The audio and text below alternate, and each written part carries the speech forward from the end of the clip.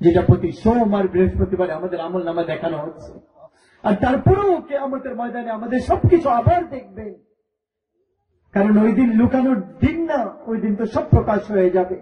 ওই দিন ব্যভিচার দেখা যাবে, ব্যভিচারের মদ লুকায় খাইতে ওই দিন দেখা যাবে, জুয়া খেলছে ওইটাও দেখা যাবে, ডাকাতের ডাকাতি, জালিমের জুলম, জানির জিনা, মা বাবার নাফরমানি, বেনামাজের অন্ধকার আর বেনামাজি, এগুলো সব দেখানো হবে ওই দিন।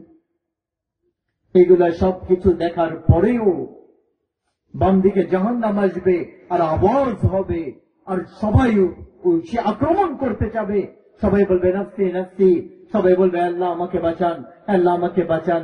আদম আলাইহিস সালাম থেকে নিয়ে ঈসা আলাইহিস সালাম পর্যন্ত হযরত ইব্রাহিম আলাইহিস সালাম বলবে আমার জান বাঁচান, আমি আমার বাবা আজমের ব্যাপারেও বলবো না, আপনারা আমার বন্ধুত্বর ওয়াস্তা। ঈসা রূহুল্লাহ বলবেন আল্লাহ আমার জান বাঁচান, আমি আমার মা মারিয়াম আলাইহিস সালামের ব্যাপারেও বলবো না। তো বলেন ওই দিন আপনি আমি কিভাবে বলতে পারি আমার মা, আমার বিবি, আমার বাচ্চা? ওই দিন প্রতিটা ব্যক্তি ইয়াউমা ইয়াফিরুল মারউ মিন আখি ওয়া উম্মিহি ওয়া আবিহি ওয়া সাহিবাতিহি ওয়া বানিহি লিকুল্লি ইমরিইন মিনহুম ইয়াউমা ইযিন শা'নু ইউগনিহি। তুমি কে? বলবে তোমার ভাই, আমি তোমাকে চিনি না। তুমি আমার ভাই না। বলবে তুমি কে? বলবে আমি তোমার মা। বলবে না তুমি আমার মা না।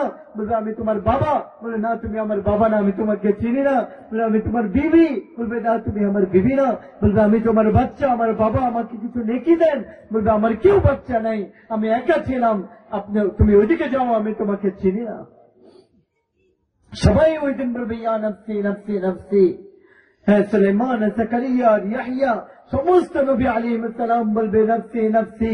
তো ওই দিন আপনার আমার কি যোগ্যতা, আর কি নেকি, আর কি, আর একজন আলেমের কি যোগ্যতা, আর একজন শহীদের কি যোগ্যতা, আর একজন ওয়ালির কি যোগ্যতা, আর একজন গাজীর কি যোগ্যতা, আর একজন সুফির কি যোগ্যতা, আর একজন হাজি তাহাজ্জুদ গুজারি কি যোগ্যতা, আর একজন আল্লামা মুহাদ্দিস মুফাসসির কি যোগ্যতা।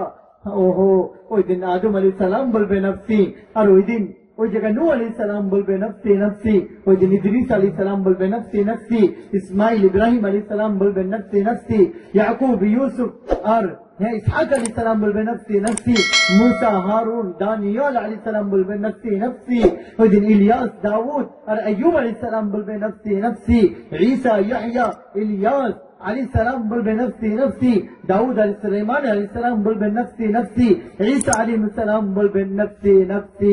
ওই দিন আপনাকে কে জিজ্ঞাসা করবে, আমাকে কে জিজ্ঞাসা করবে? কিন্তু ওই জায়গায় একজন ব্যক্তি থাকবেন, একজন সত্তা থাকবেন ওই দিন, একজন থাকবেন ওই দিন, যেদিন কেউ কাউকে চিনবে না। ওই মজলিসের মধ্যে, ওই হাসরের ময়দানে ওই জায়গায় একজন দাঁড়িয়ে থাকবেন, সবাই দেখবে ওনাকে, আর ওনার আওয়াজ, ওনার ফরিয়াদকে সবাই শুনবেন। উনি নফসি বলবে না, আমাকে বাঁচাও এটা বলবে না।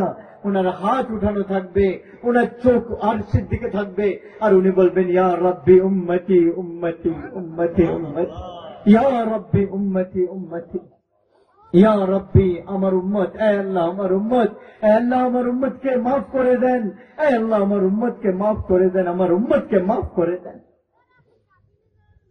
এখনো তার বিরোধিতা করব, এখনো তার সুন্নতের উপর উঠব না, তার সাথে যুদ্ধ করব, তার শরীয়তকে নষ্ট করব।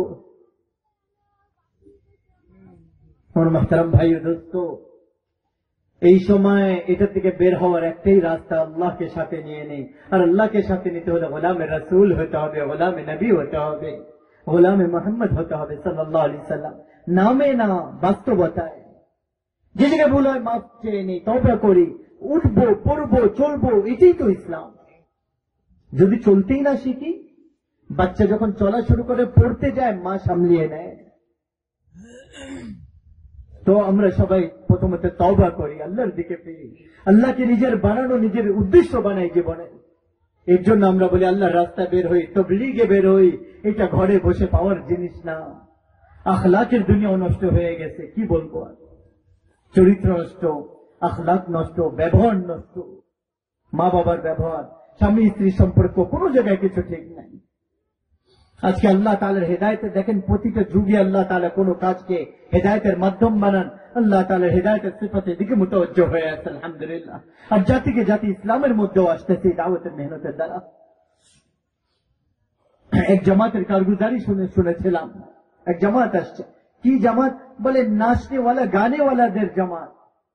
হ্যাঁ, কয়েকদিন আগে নাচ গানা করতে স্টেজে, আজকে দাওয়াত দিতেছে, আজকে তবলিগের কাজ করতেছে। হ্যাঁ, তারপরে আল্লাহ মাফ করুক, যারা ওই যে বেশ্যা মহিলা, তারা পর্দার মধ্যে আল্লাহ তারা পেগাম শোনাচ্ছে, যার পিছনে কোন আল্লামা, বড় মুহাদ্দিস, কোন বড় মুফতি আর কোন বড় আলেমের মেহনত না। হ্যাঁ, ওই এলাকার এক ছোট ব্যবসায়ী যে গাছ করে করে করে করে তাদের রাস্তাকে আল্লাহর দিকে ফিরে দিচ্ছে, তাকে মাধ্যম বানিয়েছে আল্লাহ তাআলা, আর তাদের রাস্তা আল্লাহর দিকে ফিরে গেছে। আর তারা ওই জায়গায়, হ্যাঁ ওই জায়গায় তারা এরকম ভাবে তওবা করে তারা আল্লাহর রাস্তায় বের হয়ে গেছে। নোংরা মহিলাদের কথা বলতেছি, এক এলাকার কথা। ওই জায়গায় তারা নাচ গানা করতো আর তারা নিজের শরীরকে বিক্রি করত। 7 জন ওই জায়গা থেকে আল্লাহর রাস্তায় বের হয়ে গেছে। আর তাদেরকে যা দাওয়াত দিতে, দেখো তোমরা আমাদের বোন, তোমরা আমাদের মেয়ে, তোমাদের কাছে আমরা আম্মা খাদিজার চাদর নিয়ে আসছি, তোমরা আম্মা ফাতেমার মেয়ে, তোমরা খাদিজার মেয়ে, ওই চাদর তোমাদের মাথার উপর আমরা দিতে আসছি। আর তাদেরকে কিছু চাদর হাদিয়া দেওয়া হলো। তো সমস্ত মেয়েরা ওই জায়গায় ভিতরে কাঁদতে লাগলো, বলতে লাগলো যে এই জায়গায় তো সবাই আমাদের চাদর খুলতে আসে, তোমরা কারা যারা আমাদের উপর চাদর দিতে আসছো? তোমরা কারা যারা আমাদের গুনাহকে ঢাকতে আসছো? তোমরা কারা যারা আমাদের মাথার উপর চাদর দিতে আসছো? 9 জন ওখান থেকে নগদ আল্লাহ রাস্তায় বের হয়ে গিয়েছিল 3 দিনের জন্য। এটা ওই মেহনত যে শরীর বিক্রি করনে ওয়ালাদেরকে, ইজ্জত বিক্রি করনে ওয়ালাদেরকে আল্লাহ রাস্তায় চালিয়ে দিয়েছে। কোন হাসি খেলার মেহনত না, ঠাট্টা মস্কারি করার মেহনত না।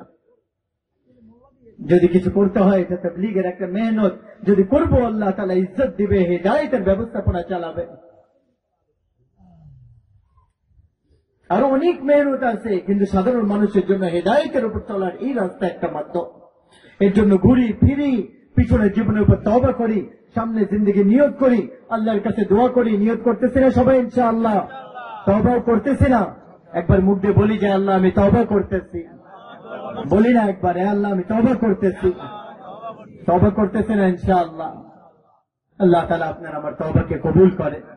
আর জীবনে প্রথম সুযোগে আল্লাহর রাস্তায় বের হয়ে 4 মাস লাগাই মেহনতকে জীবনের উদ্দেশ্য বানাই, আর মৌত পর্যন্ত দাওয়াত তাবলীগের কাজকে করতে থাকি। করবো না ইনশাআল্লাহ? কোন ঝগড়া মারামারি ফাসাদের মধ্যে যাব না। হ্যাঁ, যে মেহনতকে যে সঠিক যেভাবে মনে করি ওইভাবে আমরা করতে থাকি। আল্লাহ তাআলা এই কাজকে কবুল করার মাধ্যমে আপনাকে আমাকেও হেদায়েত দিতে পারেন, আপনার আমার দ্বারা হাজারো মানুষকে হেদায়েতের রাস্তার উপর আনতে পারে। চেষ্টা করবো ইনশাআল্লাহ। আল্লাহ তাআলা আপনার আমার যে কথাগুলো বললাম শুনলাম এগুলোর উপর আমল করার তৌফিক দান করেন। ওয়া আখির দাওয়ানা আলহামদুলিল্লাহি রাব্বিল আলামিন।